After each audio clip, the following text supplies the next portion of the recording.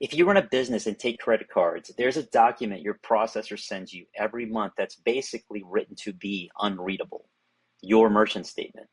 I'm Robert Fojo. I'm a former attorney, and I read the fine print for a living. In the next 10 minutes, I'm going to show you how to read yours and find exactly what you're overpaying. Here's the uncomfortable truth. Almost no business owner actually reads their statement. And that's not an accident. It's designed to be confusing so that you don't, which means most owners are overpaying and have no idea. By the end of this video, you're going to know your real number. Forget whatever rate you were quoted.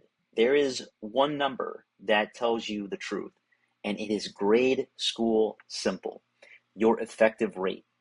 Total fees divided by your total sales multiplied by 100.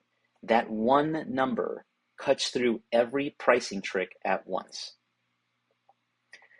How do we do this? Well, step one is you find your total sales volume. It's usually on the summary section of your statement, usually right at the top, and that is what your customers actually were charged this month. So write it down. Step two, add up all your fees. Okay, and this is where people often go wrong. They add up, you have to add up everything, not just the line item that says discount. Not, sometimes they miss every single junk fee, or they miss an add-on, or they miss some sort of statement fee or PCI compliance fee. You need to take everything. It usually will be totaled at the top, but sometimes it's not. Make sure you get everything together and you add all that up and use that number. And then step three, do the math. Take the total fees divided by your total volume, multiply that number by 100. That is going to be your percentage. That percentage, that's what accepting cards actually costs you, or cost you the prior month, not the teaser rate that you were sold. This is the actual truth. So going back to our example, this is an actual merchant statement. I've redacted, the merchant specific information and any other identifying information like a mid number. Here, what we have is fees that total $2,787.16. The total sales are $96,139.76. I take the fees divided by the total sales, and that gives me 0.029. I multiply that number by 100, and that gives me an overall effective rate of 2.9%. Okay, now, is this number fair? Right? Is the number that you came up with fair? Well, it depends on your business.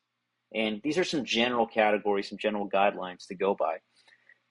A card present retail shop should be somewhere in the 2 to 2.6, 2.5% range. A restaurant will be a little bit higher. E-commerce is going to be higher still.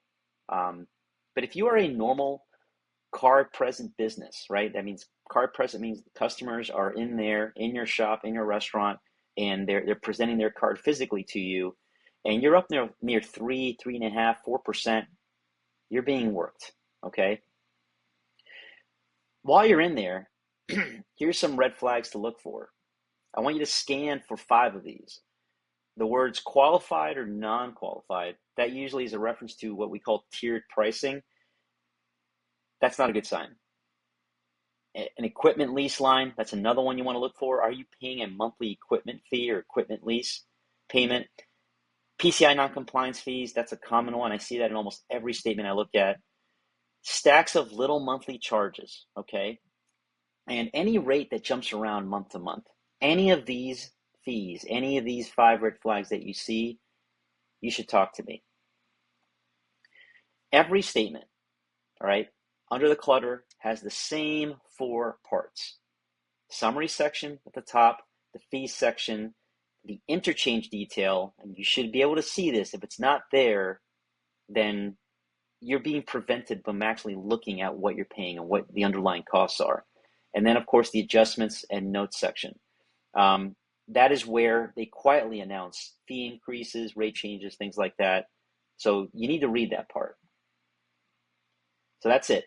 3 numbers: fees, volume, effective rate. The 5 red flags I want you to look for.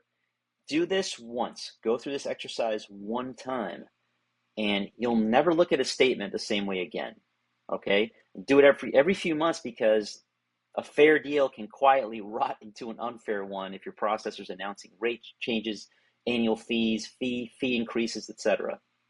Now, if you want me to just look at your numbers for you, send me one recent merchant statement and I'll show you exactly what you are overpaying. This is free. There's no obligation at all. My email's on the screen.